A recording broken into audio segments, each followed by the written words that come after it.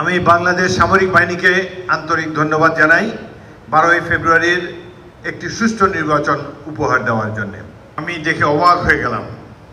এই নির্বাচনে দেখালো যে আমাদের পলিটিশিয়ানদের মধ্যে যত মতদ্বৈধতা থাকুক, যত দুর্বলতা থাকুক, যত হীনমন্যতা বোধ থাকুক, বাংলাদেশের সাইলেন্ট মেজরিটি তারা অত্যন্ত দেশপ্রেমিক, শান্ত শিষ্টভাবে, দৃঢ়ভাবে, নীরবে, কোনো ধরনের গণ্ডগোল ব্যতি রেখে দেশের ইতিহাসের সবচেয়ে সুষ্ঠু নির্বাচনটি তারা উপহার দিয়েছে জাতিকে 12ই ফেব্রুয়ারি তারিখে।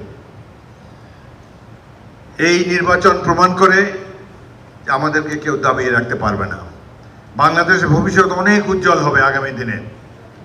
আমাদের একতাই আমাদের শক্তি। ইনশাল্লাহ আমাদের সব দ্বিধাদ্বন্দ্ব দূর হয়ে গেছে।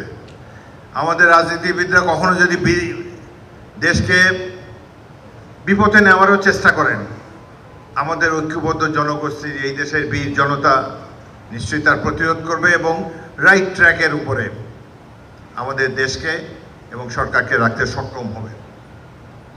আমি বাংলাদেশ সামরিক বাহিনীকে আন্তরিক ধন্যবাদ জানাই 12ই ফেব্রুয়ারির একটি সুষ্ঠু নির্বাচন উপহার দেওয়ার জন্য। আর্ম ফোর্সেস যদি ডিটারমাইন্ড না থাকতো, ডিসিপ্লিন না থাকতো, দেশপ্রেমিক না হতো, তাহলে বাংলাদেশ ছিন্ন ভিন্ন হয়ে যেত। আমি সামরিক বাহিনীর প্রত্যেকটি সদস্যকে আন্তরিক অভিনন্দন জানাচ্ছি জাতির এই দুঃসময়ে ঐক্যবদ্ধ থাকার জন্যে, জনগণের আশা আকাঙ্ক্ষার সঠিক প্রতিফলন ঘটাবার জন্যে।